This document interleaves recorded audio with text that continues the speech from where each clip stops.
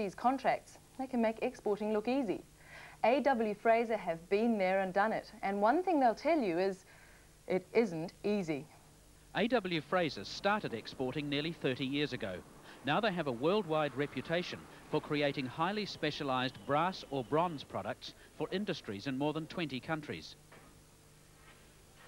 The surprise is their very lucrative market comes from other people's cast-offs. The plant buys as much scrap metal as it can get. Sometimes it has to import. The metal is sorted, crushed and melted down.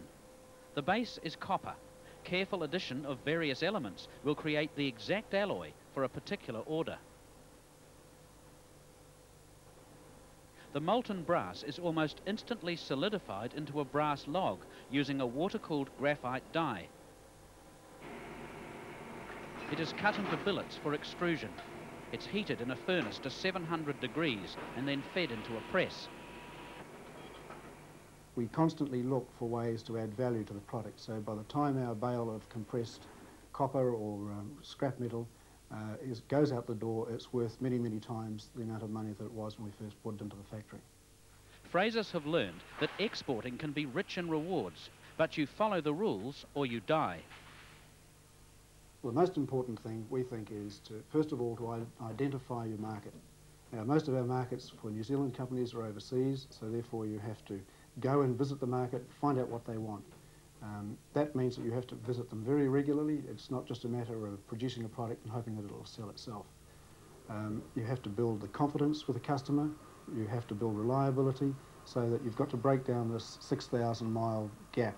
Secondly, you've really got to get hold of the quality thing. The quality thing is the most important item. Most companies in New Zealand now are quality accredited to the ISO standard, and that really is your ticket into most markets overseas.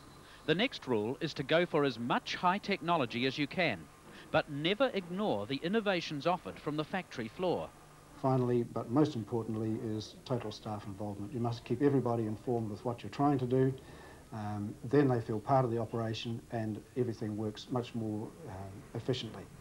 It's the devotion to these ideals that have landed Frasers contracts to supply cylinder sealing rings for locomotives made by General Motors in the States, and a very valuable ongoing contract to supply 18 tons of bearings every month for deep well pumps in Saudi Arabia.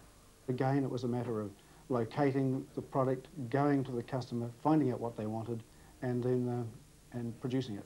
Of course, a product must be able to compete on price, but quality, reliability and service must be part of a company's agenda if it wants to share in the rewards available in the export game. And from brass